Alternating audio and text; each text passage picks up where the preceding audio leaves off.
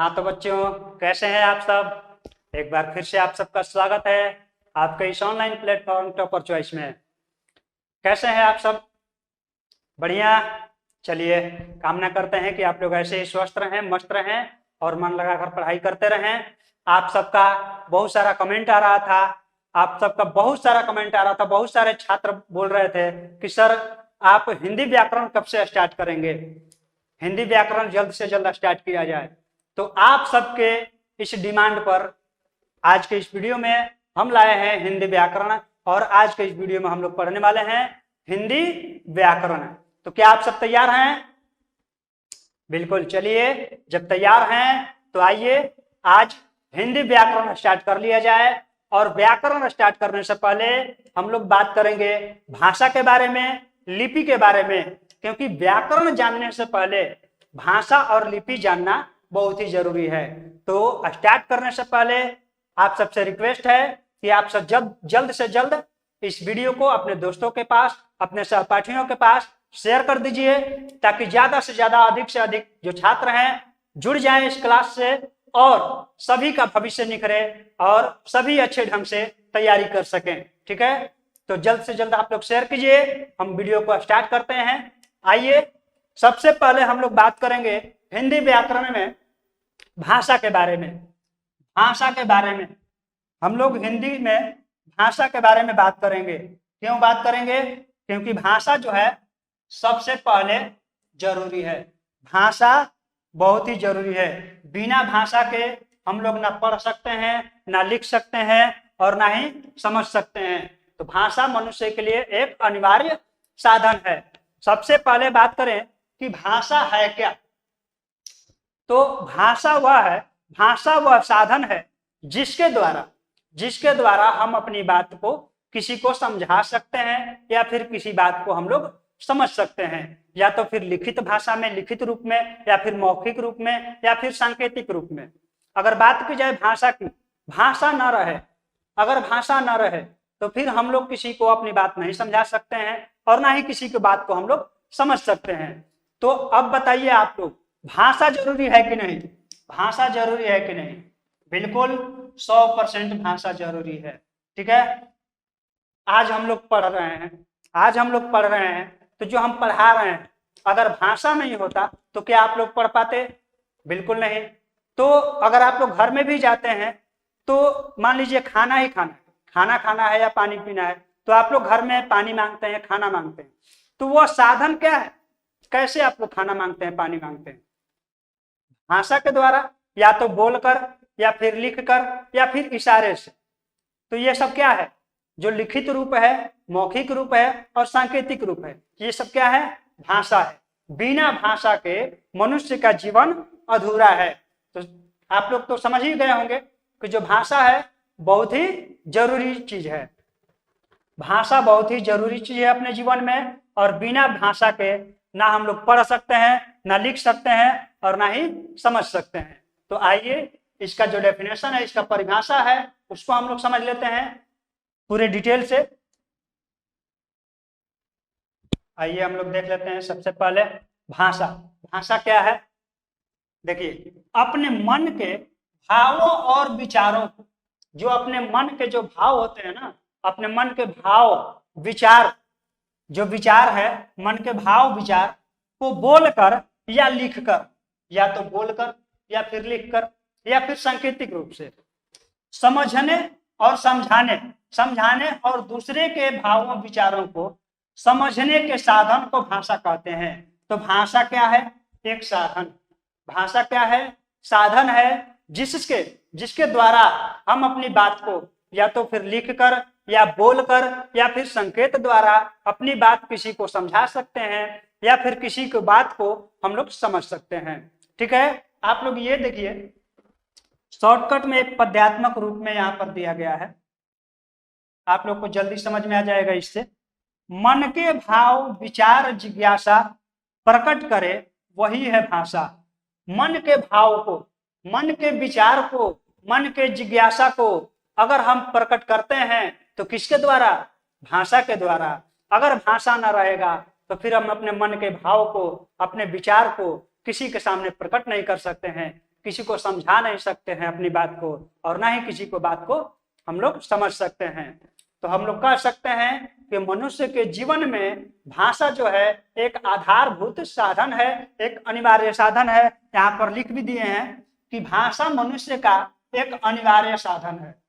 भाषा मनुष्य का एक अनिवार्य साधन है। इसके बिना लिखना, बोलना, समझना असंभव है। अगर भाषा न रहे तो फिर लिखना, बोलना, समझना असंभव है। ठीक है ना। तो सबसे पहले जरूरी क्या चीज है? भाषा। आगे बढ़ जाए, समझ गए आप लोग इतना? चलिए आगे बढ़ते हैं। अब बात करते हैं कि भाषा के रूप कितने होते हैं। जब भाषा है तो उसके कितने रूप हैं, कितने तरीकों से हम अपनी बात को किसी को कह सकते हैं, समझा सकते हैं, या फिर किसी के बात को समझ सकते हैं। तो कितने रूप हो सकते हैं भाषा के? तो भाषा के 3 रूप हो सकते हैं, और 3 रूप होते हैं, यहाँ पर लिखा गया है। पहला जो रूप होता है मौखिक होता है। भाषा का पहला रूप मौखिक, दूसरा होता है लिखित, और तीसरा होता है सांकेतिक। ठीक है।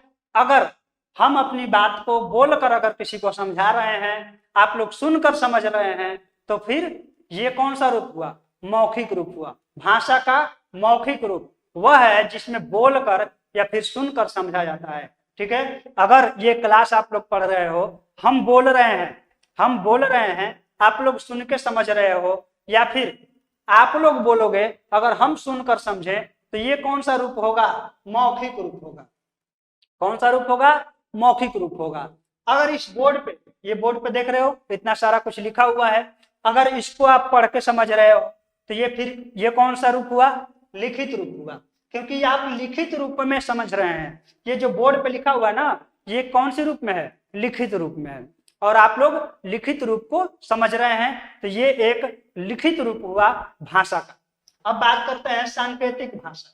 सांकेतिक भाषा अपनी बात को किसी को संकेतों द्वारा समझाने पर या फिर संकेतों द्वारा समझने पर हम कह सकते हैं कि भाषा का ये जो है सांकेतिक रूप है। भाषा का क्या है? सांकेतिक रूप है। क्योंकि हम किसी को बात को संकेतों द्वारा समझ रहे हैं। आप लोग क्रिकेट देखते होंगे, क्रिकेट मैच देखते होंगे आप लोग, उसमें अंपायर को देखे है ना? अंपायर होता है मैच में, वो क्या करता है? इशारे करता है, इशारा करता है, संकेत करता है। और स्कोरर जो होता है वो कहाँ पे बैठा रहता है? पवेलियन। स्कोरर जो होता है अंदर ऑफिस में बैठा रहता है, लेकिन उसको पता चल जाता है कि अंपायर ने क्या कहा। स्कोरर समझ गए। ठीक है। तो किस रूप में समझे? क्योंकि अंपायर तो बोल नहीं रहे कि ये छक्का है या फिर चौका है या फिर 2 रन है या फिर आउट है, LBW है, क्या है? अंपायर तो बोल नहीं रहे, सिर्फ उन्होंने इशारा किया और स्कोरर समझ गए। तो किस रूप में समझे वो लोग? सांकेतिक रूप में, संकेतों द्वारा समझे, सांकेतिक रूप में। ठीक है, समझ गए आप लोग? चलिए बहुत बढ़िया। अब बात करते हैं कि मौखिक भाषा में ध्वनियों का ध्यान रखा जाता है। मौखिक भाषा में किसका ध्यान रखा जाता है? ध्वनियों का ध्यान रखा जाता है।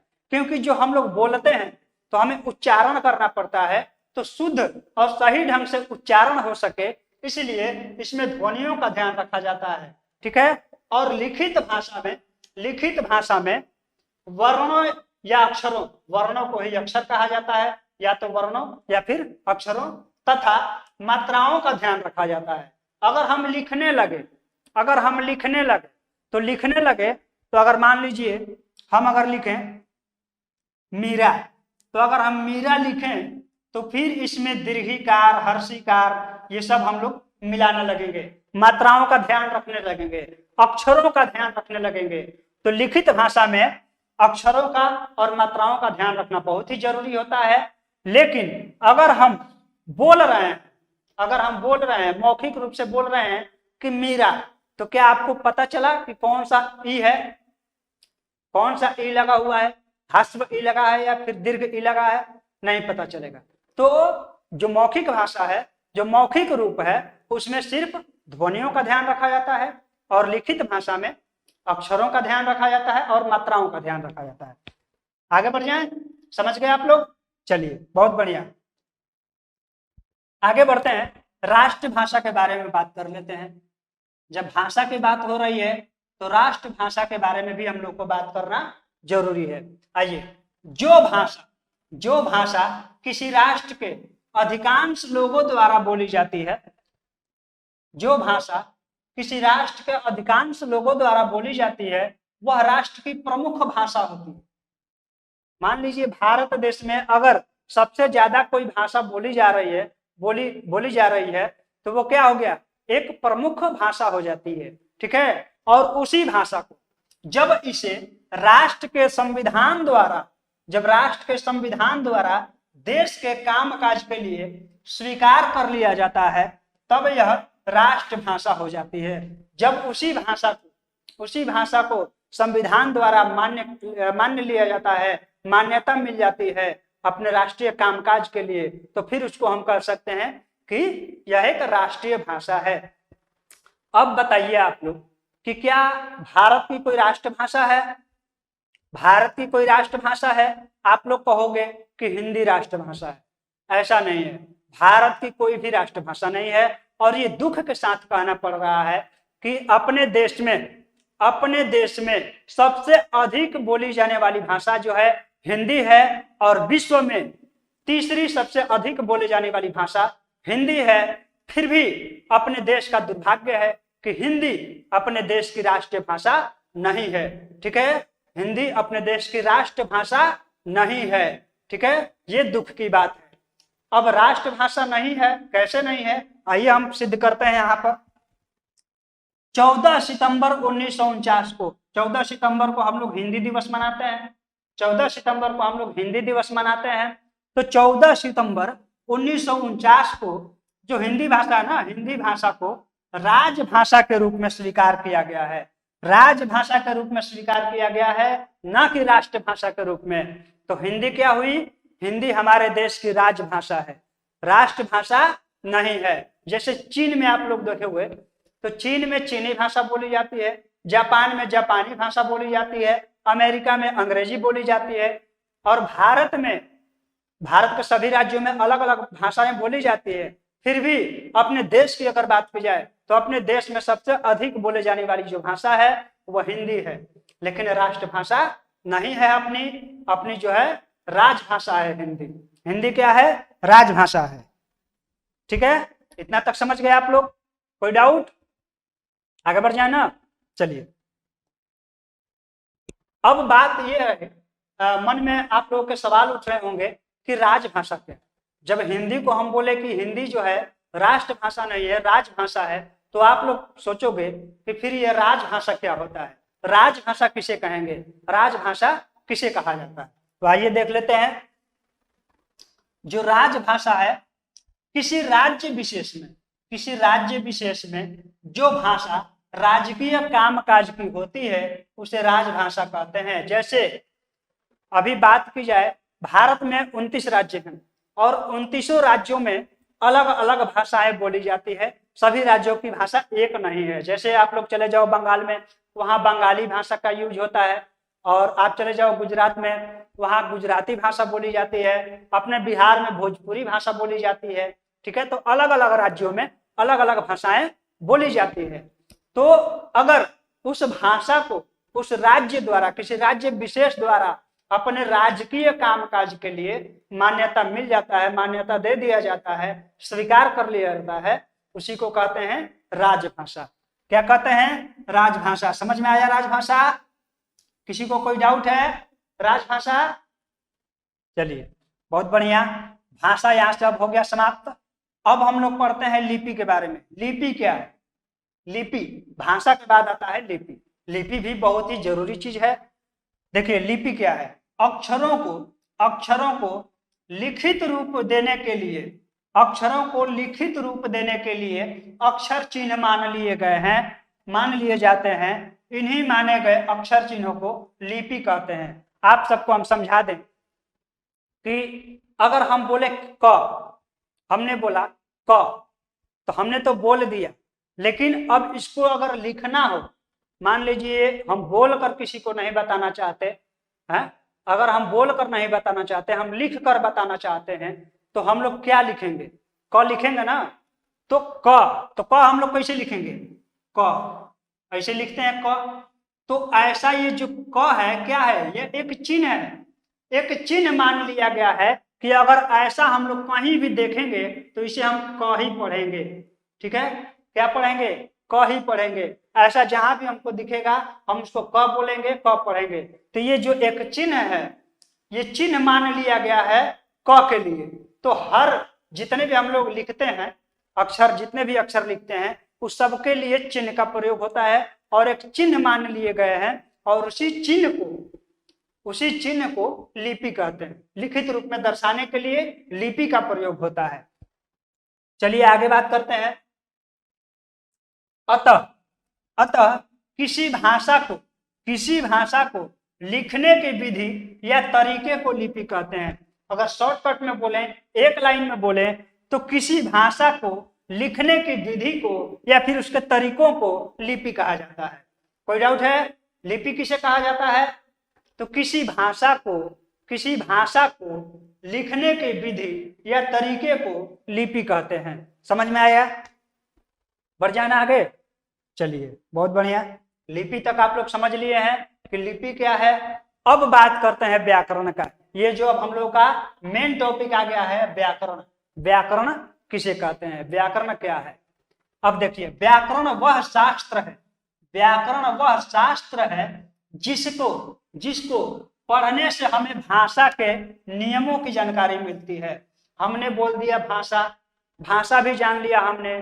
3 प्रकार के होते हैं, मौखिक रूप होता है, लिखित रूप होता है और सांकेतिक रूप होता है। लेकिन उस भाषा को बोलने के लिए, लिखने के लिए, संकेत करने के लिए कुछ नियम होते हैं, और वह नियम पढ़ने के लिए हम किस शास्त्र को पढ़ेंगे? व्याकरण को। व्याकरण जो है एक शास्त्र माना गया है व्याकरण को। अगर व्याकरण हम लोग ना पढ़ें तो शुद्ध लिखना बोलना नहीं जान सकते हैं, और ये हम लोग को मालूम नहीं चलेगा कि क्या शुद्ध है क्या अशुद्ध है। देखिए बात पे ध्यान दीजिएगा। भाषा में हमने बोलना लिखना सीखा, लेकिन व्याकरण में हमने शुद्ध बोलना और शुद्ध लिखना सीखा। ठीक है, अंतर समझ में आ रहा है ना आप लोग को? जो भाषा है उसमें हमने बोलना और लिखना सीखा, और जो व्याकरण है शुद्ध बोलना और शुद्ध लिखना सीखा।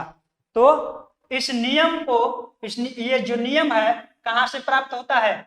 व्याकरण से प्राप्त होता है। तो हम कह सकते हैं कि व्याकरण वह शास्त्र है जिसको पढ़ने से हमें भाषा के नियमों की जानकारी मिलती है। इन नियमों को पढ़कर हम शुद्ध लिखना और बोलना सीखते हैं। शुद्ध लिखना और बोलना सीखते हैं किसके द्वारा? व्याकरण के द्वारा। अगर व्याकरण न रहे, व्याकरण की जानकारी न रहे, तो हम लोग शुद्ध नहीं लिख सकते, शुद्ध नहीं बोल सकते। तो व्याकरण भी बहुत ही जरूरी है। व्याकरण में सबसे पहले आता है वर्ण विचार। व्याकरण में सबसे पहले क्या आता है? वर्ण विचार। व्याकरण में सबसे पहले आता है वर्ण विचार। तो वर्ण किसे कहेंगे? देखिए, वर्ण भाषा की सबसे छोटी इकाई है। वर्ण जो है भाषा की सबसे छोटी इकाई है। इसका खंड या टुकड़ा नहीं किया जा सकता है। जो भाषा है, भाषा का जो सबसे छोटी इकाई है वो क्या है? वर्ण होता है। और वर्ण को कभी भी टुकड़ा या खंड नहीं किया जा सकता है। उसे क्या कहेंगे? जैसे यहाँ पर आप सबके पास उदाहरण है, आप सबके सामने दिया गया है। जैसे यहाँ पर लिख देते हैं अ क्या है? अ एक वर्ण है, एक अक्षर है, और इसका टुकड़ा नहीं किया जा सकता है। जैसे मान लीजिए हमने यहाँ पर लिखा कि राम पढ़ता है, राम पढ़ता है। ठीक है, ये क्या हो गया? ये वाक्य हुआ। ये क्या है? ये क्या हुआ? वाक्य हुआ। ठीक है ना? समझिएगा ध्यान से। ये क्या है? वाक्य है। अब हम इसको तोड़ सकते हैं कि नहीं? क्या हम इसको तोड़ सकते हैं? बिल्कुल तोड़ सकते हैं। राम को अलग लिख सकते हैं, पढ़ता को अलग लिख सकते हैं, और है को अलग लिख सकते हैं। इसको तोड़ दिए हम लोग, तोड़ दिए ना। अब इसको भी तोड़ सकते हैं कि नहीं? बिल्कुल तोड़ सकते हैं। इसको भी तोड़ सकते हैं। अगर यहाँ पर डायरेक्ट हम तोड़ रहे हैं, जो है र जोड़ आ, देखिए जो राम है कितने वर्णों से मिलकर बना हुआ है?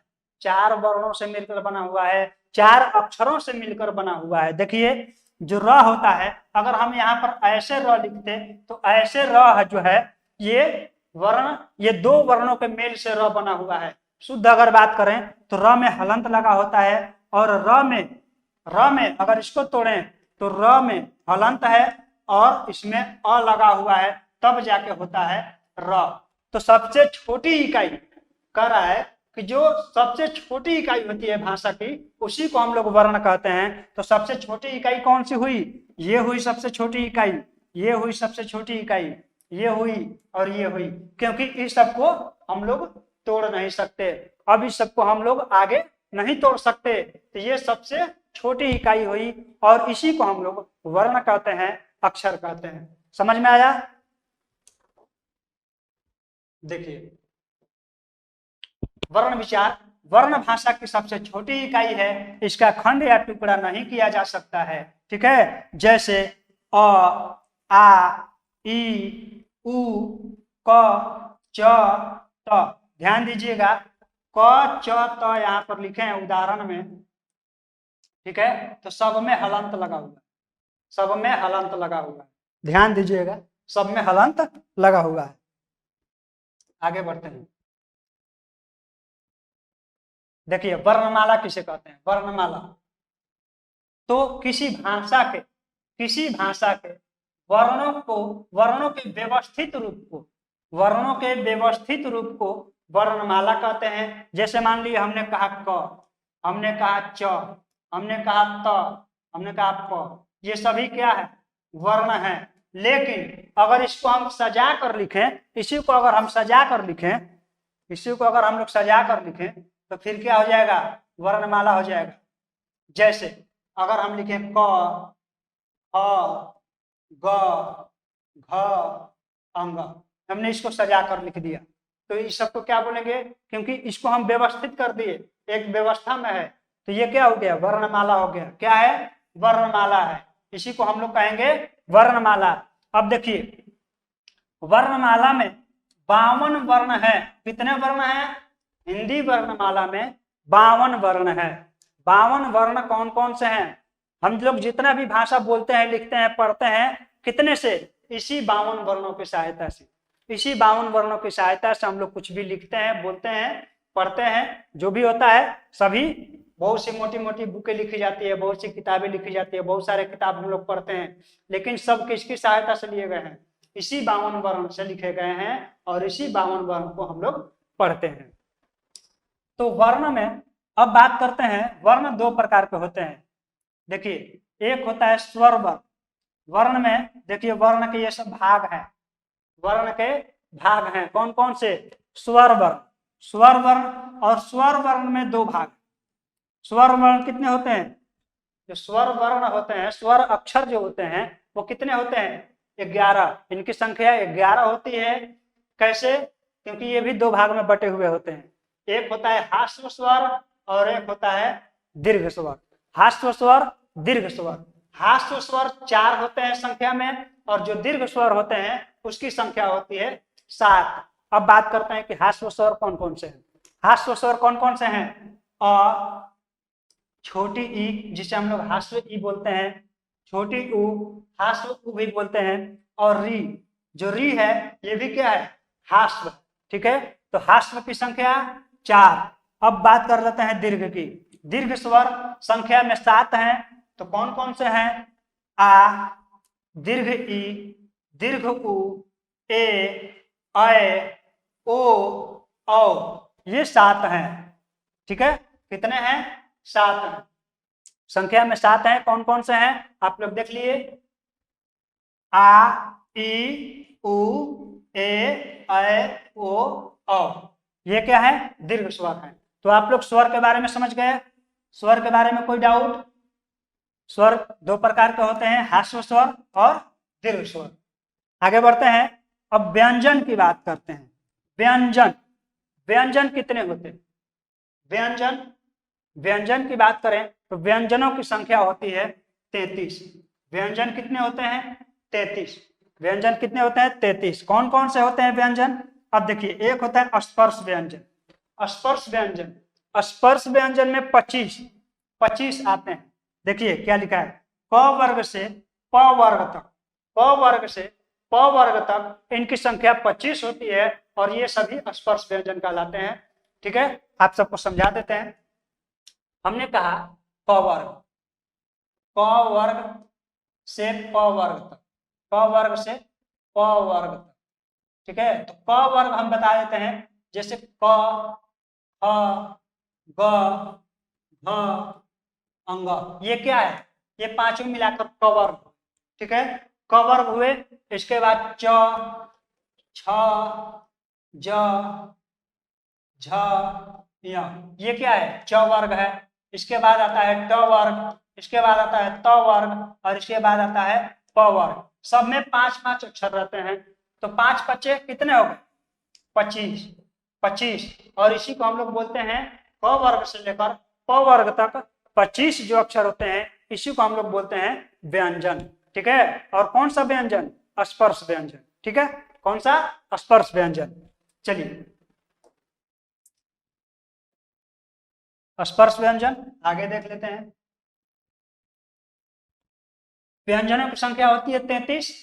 33 में देखिए 25 हो गए, टोटल हमने बोला 52। हमने बोला है वर्ण 52 होते हैं। ठीक है ना? अब बताइए, 52 में 11 स्वर हो गए, 11 स्वर हो गए और 33 व्यंजन हो गए। कितने हो गए?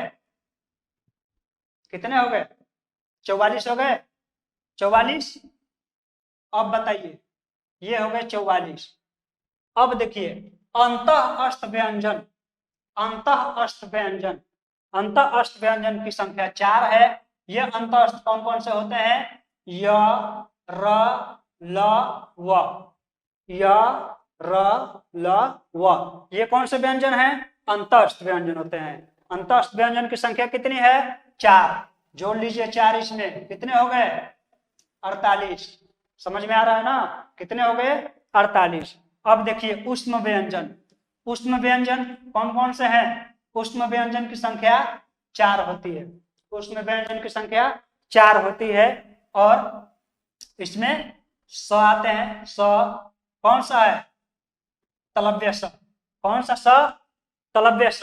तलव्य स मतलब तालु के द्वारा बोला जाता है, वह स तलव्य स होता है। इसके बाद दांती स, मूर्धन्य स, मूर्धन्य स मूर्धा के द्वारा, मूर्धा के द्वारा इसका उच्चारण होता है और इसे मूर्धन्य स कहते हैं। इसके बाद दंत्य स, दंत्य स मतलब कि दंत की सहायता से इसका उच्चारण होता है, इसलिए इसे दंत्य स कहते हैं। इसके बाद ह, ये सब चारों मिलाकर क्या हो गए? ऊष्म व्यंजन। ऊष्म व्यंजन की संख्या 4। ठीक है, कितने हो गए? 52 हो गए ना? बताइए, टोटल 52 वर्ण हो गए। अब इसके अलावा भी कुछ व्यंजन होते हैं, जैसे संयुक्त व्यंजन, अयोगवाह, और इन्हें वर्णों की मान्यता नहीं मिली है। ठीक है, ये सब जो है वर्णों की मान्यता नहीं दी जाती है। क्यों? क्योंकि ये जो है संयुक्त व्यंजन जो है, ये 2 अक्षरों को मिलकर बना हुआ है, 2 वर्णों के मेल से बना होता है। जैसे क है, छ है, ठीक है ना? अगर इसको हम लोग तोड़ें तो एक आ जाता है क और एक मूर्धन्य स, क और मूर्धन्य स, तब होता है छ। उसी तरह बात की जाए त्र की तो त और र हो गया। 2 वर्णों के मेल से ये अक्षर बने होते हैं, संयुक्त रूप से होते हैं, इसीलिए इन्हें वर्ण नहीं कहा जाता है, संयुक्ताक्षर होते हैं, ये संयुक्त अक्षर होते हैं ये। ठीक है, समझ में आया? अब बात करते हैं अयोगवाह। अयोगवाह की संख्या होती है 2। अयोगवाह की संख्या 2 होती है। कौन कौन? एक होता है अन और एक अ। जो अन और अ है, इसका चिन्ह देखें तो अन का चिन्ह ये है और अ में विसर्ग है, और इसको हम लोग क्या बोलते हैं? विसर्ग को हम लोग आधा ह पढ़ते हैं। क्या?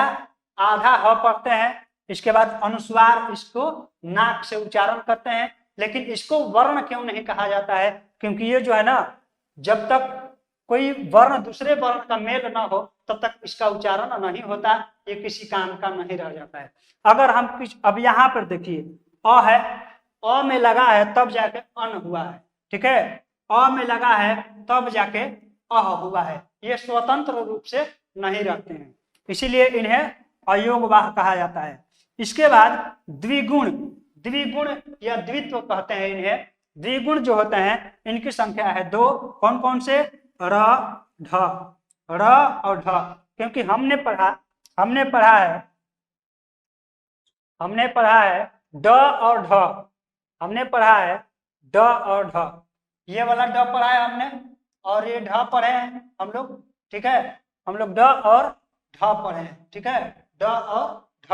लेकिन कभी कभी इसका भी उच्चारण जरूरी हो जाता है। जैसे हमने कहा लड़का, हमने कहा लड़का, लड़का, अगर ये ऐसे लिख दें तो ये लड़का नहीं होगा, ये लड़का होगा, ठीक है, क्या है? लड़का, ठीक है। अगर यहाँ पर बिंदु दे दें तो ये हो जाएगा लड़का, ठीक है। तो इसकी जरूरत पड़ी तो द्विगुण वाले की जरूरत पड़ती है। इसके बाद जो ढ है, अगर हम बात करें पढ़ना, ये क्या है? पढ़ना। अगर इसको हम मिटा दें, ठीक है, तो पढ़ना हो जाएगा। क्या हो जाएगा? पढ़ना, जो कि एक शुद्ध रूप नहीं है, शुद्ध रूप नहीं है। और यहाँ पर जैसे हम लोग बिंदु लगा देंगे, इस द्विगुण वाले को लगा देंगे तो हो जाएगा शुद्ध, क्या हो जाएगा? पढ़ना, ठीक है। कोई डाउट? चलिए आगे बढ़ते हैं। अब देखिए शब्द विचार, वर्ण के बाद आता है शब्द, वर्ण के बाद क्या आता है? शब्द। और शब्द किसे कहते हैं? वर्णों के मेल से बने सार्थक समूह। सार्थक समूह, सार्थक का मतलब होता है कि उसका कुछ ना कुछ अर्थ निकले, ठीक है, उसका कुछ ना कुछ अर्थ निकले, उसी को हम लोग शब्द कहेंगे। देखिए शब्द विचार जो है वर्णों या अक्षरों के उस सार्थक समूह शब्द को कहते हैं जिसका कुछ ना कुछ निश्चित अर्थ होता है। जैसे हमने कहा कि लकम, हमने कहा लकम, यहां पर लिखे हैं लकम, ये भी क्या है?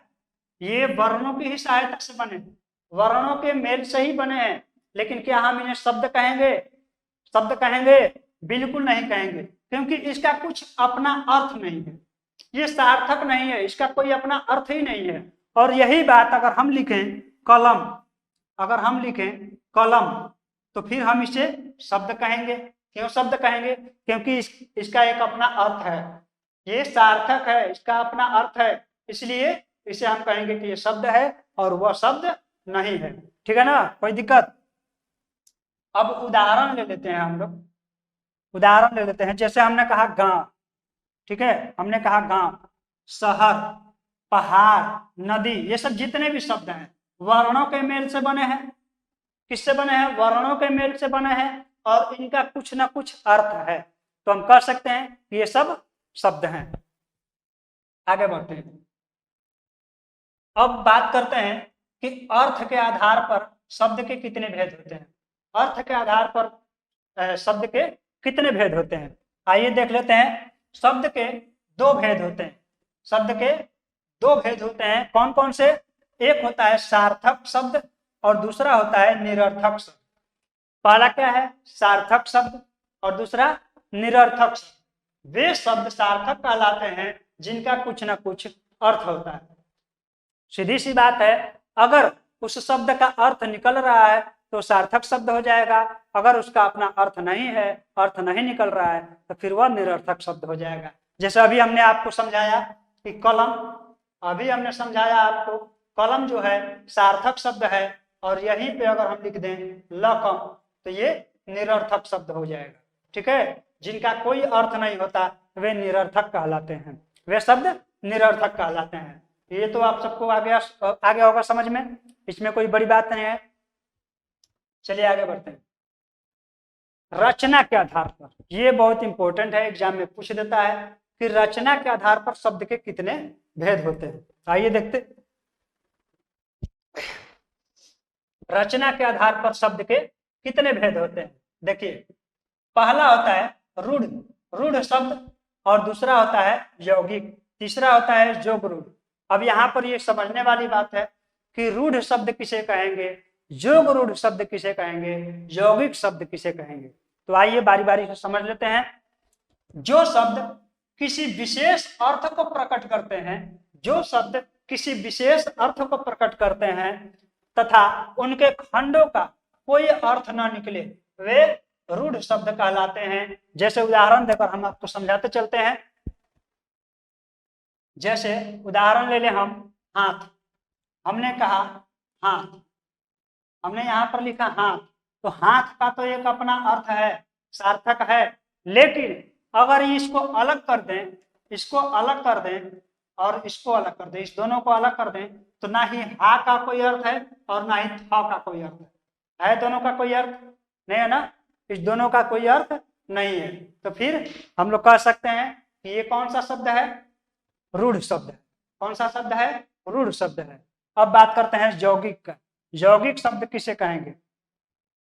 यौगिक, यौगिक उन शब्दों को कहते हैं जो दो या दो से अधिक के योग से बने होते हैं और उनके अलग अलग खंड सार्थक होते हैं। जैसे यौगिक शब्द, यौगिक शब्द दो शब्दों के जैसे योग से बने हुए होते हैं, दो शब्दों से बने होते हैं और उनका जब खंड किया जाए तो वो दोनों ही सार्थक होते हैं। ठीक है ना।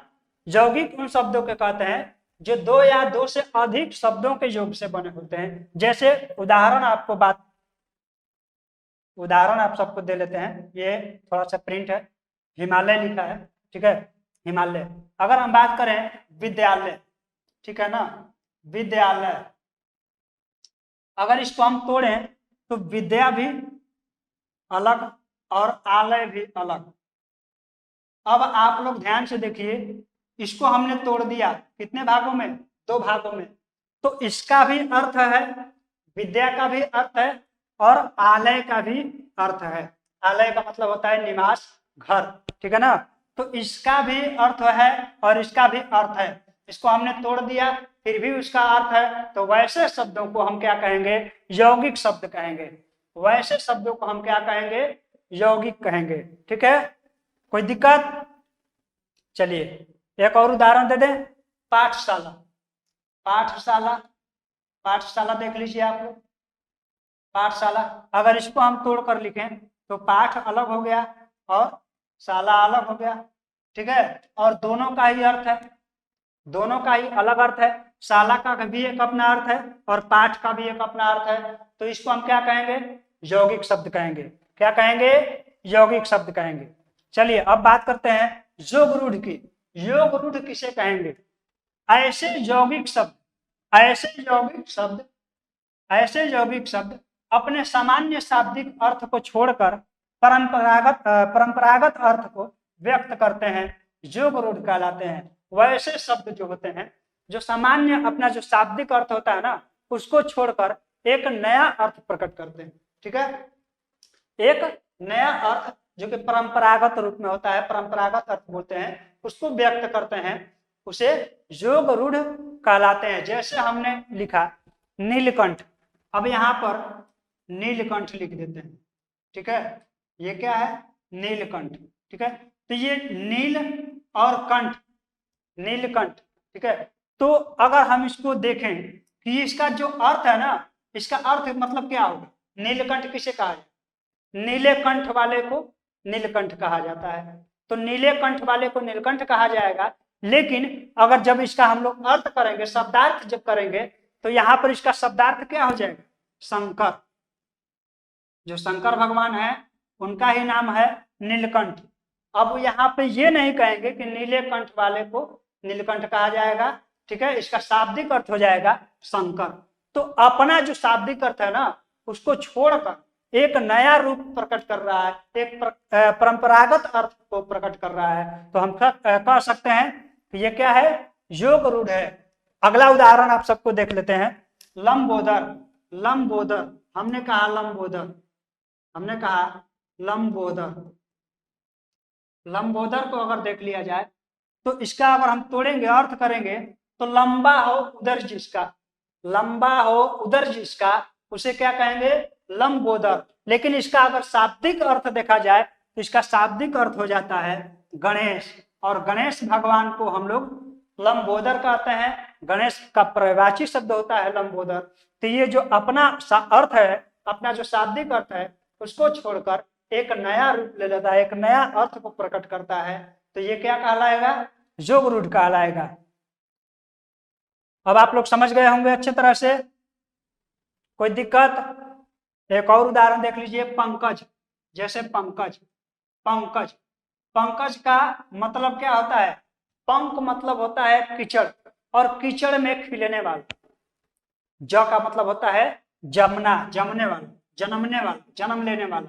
और पंक का मतलब होता है कीचड़, मतलब कीचड़ में पैदा होने वाला, कीचड़ में जन्मने वाला। ठीक है, उसको कहेंगे पंकज। लेकिन अगर इसका शाब्दिक अर्थ देखा जाए तो पंकज किसे कहेंगे? कमल को, कमल को कहेंगे, क्योंकि इसका शाब्दिक अर्थ यही होगा। और ये जो अपना पारंपरिक रूप है ग्रहण कर लिया, एक नया रूप ग्रहण कर लिया, इसको हम लोग बोलेंगे जोग रूढ़ शब्द। ठीक है, आप सबको कोई डाउट है इसमें? हमें नहीं लगता है कि आप सबको कोई डाउट होगा। चलिए आगे बढ़ जाना। चलिए आगे बढ़ते हैं हम लोग। अब बात करते हैं कि उत्पत्ति के आधार पर, उत्पत्ति के आधार पर शब्द के कितने भेद होते हैं? उत्पत्ति के आधार पर शब्द के कितने भेद होते हैं? तो आप सबको बता दें कि उत्पत्ति के आधार पर शब्द के 4 भेद होते हैं। कितने? 4 भेद होते हैं। कौन कौन से? एक होते हैं तत्सम, एक होते हैं तद्भाव, एक होते हैं देशज, और एक होते हैं विदेशज। कितने हुए? 4। बहुत ही आसान शब्दों में हम लोग समझते चलेंगे इस चारों को। तत्सम कहते हैं किसे? तत्सम किसे कहते हैं? पहले हम लोग जान लेते हैं कि तत्सम का मतलब क्या होता है। यहां पर ध्यान दीजिए, जो तत्सम है, ये जो तत्सम है, ये कैसे बना हुआ है? तत् और सम, तत् और सम, तत् और सम मिलकर बना हुआ है तत्सम। तत् का मतलब ज्यों और सम का मतलब त्यों, मतलब ज्यों का त्यों, ज्यों का त्यों। तत्सम का मतलब यही होगा, ज्यों का त्यों।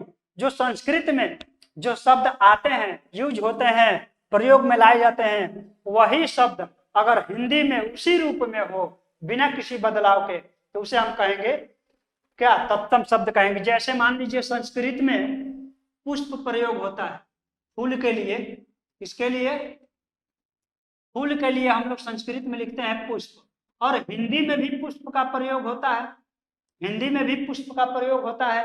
तो ये क्या हो गया? तत्सम हो गया, तत्सम शब्द हो गए।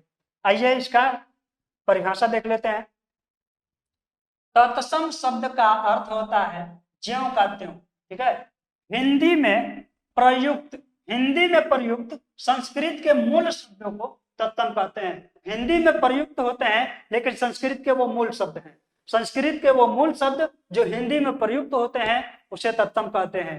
एक बार बोलो आप लोग, तत्सम किसे कहते हैं? तत्सम उसे कहते हैं जो हिंदी में प्रयुक्त होता है और वो संस्कृत का मूल शब्द होता है। क्या कहलाता है? तत्सम कहलाता है। जैसे आप लोग देख लो, उदाहरण में देख लेते हैं, अग्नि। अग्नि संस्कृत में भी प्रयुक्त होता है और हिंदी में भी प्रयुक्त होता है। संस्कृत का ये मूल रूप है, संस्कृत का ये मूल रूप है, और हिंदी में भी प्रयुक्त होता है। भ्राता, पुष्प, सत्य, दुग्ध, ये सब क्या होते हैं? हिंदी में प्रयुक्त होते हैं लेकिन संस्कृत के मूल रूप होते हैं। अब बात करते हैं तद्भव की। तद्भव संस्कृत के ऐसे शब्द जो हिंदी में रूप बदलकर प्रयुक्त होते हैं, तद्भव कहलाते हैं। जैसे हमने कहा, हमने क्या, जैसे अभी अग्नि का हम लोग बता रहे हैं, अग्नि, अग्नि क्या है? अग्नि संस्कृत का एक मूल शब्द है और हिंदी में भी प्रयुक्त होता है अग्नि, तो इसे कहेंगे तत्सम। ठीक है, अब बात करते हैं आग। अब बात करते हैं आग। यहाँ पर पहला उदाहरण है आग। तो अग्नि का रूप है, हिंदी रूप क्या है? आग। और हिंदी में जब आग प्रयुक्त हो रहा है, अगर हिंदी में हमने आग लिख दिया तो फिर क्या किया हमने?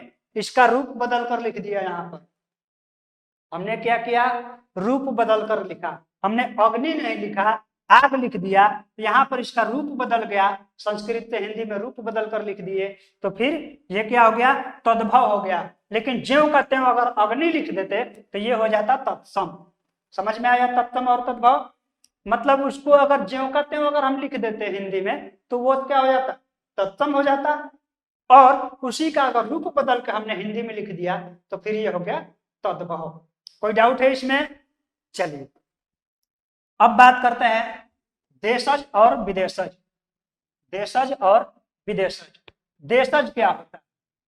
देश की बोलियों या उपभाषाओं से लिए गए हिंदी में प्रयुक्त शब्दों को देशज कहते हैं। मतलब कि देशज जो शब्द होता है ना वो कहीं ना कहीं देश में से ही शब्द लिया गया है, या तो किसी राज्य की बोली से लिया गया हो, या अपनी क्षेत्रीय भाषा से ली गई हो, या उपभाषा से ली गई हो, मतलब राजभाषा से ली गई हो, तो उसे क्या कहेंगे?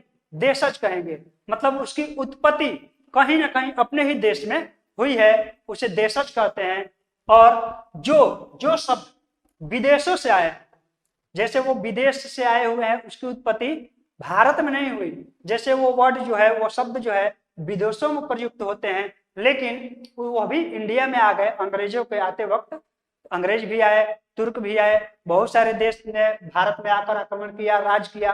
तो वहां से जो शब्द आए, क्योंकि मान लीजिए अंग्रेज जब भारत में राज किए तो वो इस भाषा को तो समझ नहीं पाते थे, तो वो अपना कुछ भाषा बोलते थे जो कि भारत में अभी भी बोला जाता है। उस शब्द को, वैसे शब्द को विदेशज कहा जाता है, विदेशज शब्द कहा जाता है। आइए इसकी परिभाषा देखते हैं। सबसे पहले देशज की, देश की बोलियों या भाषाओं से लिए गए हिंदी में प्रयुक्त शब्दों को देशज कहते हैं। जैसे डिबिया, डिबिया डिबिया का जो उत्पत्ति है डिबिया शब्द का, ये अपने ही देश में हुआ है। चौकी, चौकी की बात करें अपने ही देश से। कुदाल, खिचड़ी, ये सब क्या है? देशज शब्द है। क्या है? देशज शब्द है। विदेशज शब्द देखें, विदेशी भाषाओं से लिए गए शब्द जो हिंदी में प्रयुक्त होते हैं विदेशज शब्द कहलाते हैं। जैसे हमने कहा कार, कार क्या है? विदेशों से लिया गया शब्द है, क्योंकि विदेशी लोग ही इसे ज्यादातर यूज करते थे और विदेशों से ये शब्द आया हुआ है कार। डॉक्टर, डॉक्टर बात करें तो डॉक्टर जो है अंग्रेजी शब्द है, कार भी अंग्रेजी शब्द है, पेंसिल भी अंग्रेजी शब्द है, मोटर भी अंग्रेजी शब्द है, और मशीन भी अंग्रेजी शब्द है। कहने का मतलब ये है कि ये सब जो शब्द है ना ये विदेशों से लिए गए हैं। ठीक है, तो जो शब्द विदेशों से लिए गए हैं वो विदेशी शब्द कहलाते हैं, विदेशज कहलाते हैं। और जो अपने देश में, जिस शब्द की उत्पत्ति अपने देश में हुई है उसे देशज कहते हैं। कोई दिक्कत? चलिए बहुत ही बढ़िया है, आगे बढ़ते हैं। रूपांतर के आधार पर शब्द दो प्रकार के होते हैं। रूपांतर के आधार पर शब्द दो प्रकार के होते हैं। कौन कौन से? विकारी और अविकारी। विकारी शब्द और अविकारी शब्द। देखिए विकारी शब्द क्या होता है? लिंग, वचन, कारक तथा काल आदि के कारण जिन शब्दों के रूप में परिवर्तन आ जाता है वे विकारी शब्द कहलाते हैं। वैसे शब्द या तो लिंग के कारण, या फिर वचन के कारण, या फिर कारक के कारण उसमें बदलाव आ जाता है, उसमें रूप का अंतर हो जाता है, रूपांतर हो जाता है, तब हम लोग कहेंगे ये जो शब्द है विकारी शब्द है। जैसे बात करते हैं, यहाँ पर उदाहरण दिए गए हैं। लड़का, लड़का, लड़का है तो लड़का से ही लड़के हो गया, लड़का से ही लड़के हो गया, और इससे ही लड़कियां हो गई। अगर बात करें वचन के आधार पर तो लड़का से लड़के हो गए, वचन के आधार पर लड़का से लड़के हो गए। लिंग के आधार पर बात करें तो लड़का से लड़कियां हो गए। ठीक है, तो ये क्या हुआ? अर्थ बदला, रूपांतर हुआ, इसके रूप में अंतर आया कुछ, तो इसे क्या बोलेंगे? विकारी शब्द, क्योंकि इसमें विकार उत्पन्न हो रहा है, इसमें विकार उत्पन्न हो रहा है। ठीक है, इसमें दोष उत्पन्न हो रहा है, इसीलिए इसे कहेंगे विकारी शब्द। क्योंकि ये जो है ना लिंग, वचन और कारक के साथ, काल के साथ ये बदल जाता है। लेकिन अविकारी शब्द जो होता है ना वो कभी नहीं बदलता, चाहे वो लिंग परिवर्तन हो, वचन परिवर्तन हो, कारक परिवर्तन हो, या फिर काल परिवर्तन हो, वो ज्यों का त्यों रहता है, उसमें कोई बदलाव नहीं होता है, कोई विकार उत्पन्न नहीं होता है, उसे हम लोग कहते हैं अविकारी शब्द। उदाहरण में दिखे, जब, तक, अभी, किंतु, परंतु, वाह, अब बताइए इस सब में कोई बदलाव आएगा कभी? बिल्कुल नहीं। अगर जैसे जब है तो क्या हम जबा लिख सकते हैं, जबे लिख सकते हैं? बिल्कुल नहीं, गलत है। क्योंकि इसमें जो है इसमें बदलाव नहीं आता है, चाहे वो लिंग के कारण या वचन के कारण या फिर कारक के कारण, काल के कारण, कोई बदलाव नहीं होता है। उसका प्रयुक्त जो होता है स्वयं जस का तस होता है। ठीक है, इसमें कोई बदलाव नहीं होता है, उसे अविकारी शब्द कहते हैं। और जो समय के साथ, काल के साथ, वचन के साथ, लिंग के साथ बदल जाए उसे कहते हैं विकारी शब्द। ठीक है, अविकारी शब्द को अव्यय शब्द भी कहा जाता है।